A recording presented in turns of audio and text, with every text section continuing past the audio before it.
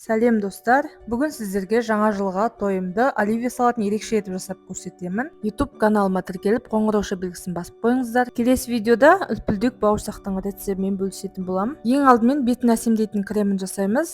Консервідегі жасыл бұршаққа, яғни зеленый горошктың үстіне майонез, тұз, бұрыш қосып, блендермен еземіз. Езіп болғаннан соң тоңазытқышқа жарты сағатқа немесе 1 сағатқа қойып аламыз. Енді көкөністерімізді суға қайнатып пісіріп аламыз. Осылай кубиктеп тураймыз. Осылай кольцо қойып, әр ингредиентті осылай қойып шығамыз. Әр слойдың үстіне аздап майонез жағамыз. Сәл тұз сепсеңіздер болады. Тұздалған қиярды қойып, оның үстіне піскен сиыр етін қоямыз. Майонез жағып, кубиктеп туралған сәбізді қойып шығамыз.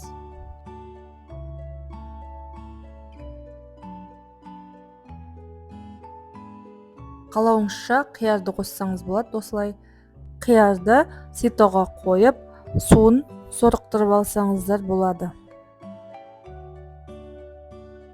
Жұмыртқаны салып шығамыз.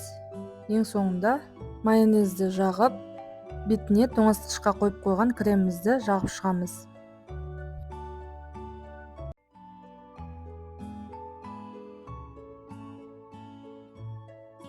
Кремді аз-аздап жақсаңыздар да болады. Егер ең бетіне бұл кремді жаққыларыңыз келмесе, тек зеленый горошктың өзін қойып шықсаңыздар да болады.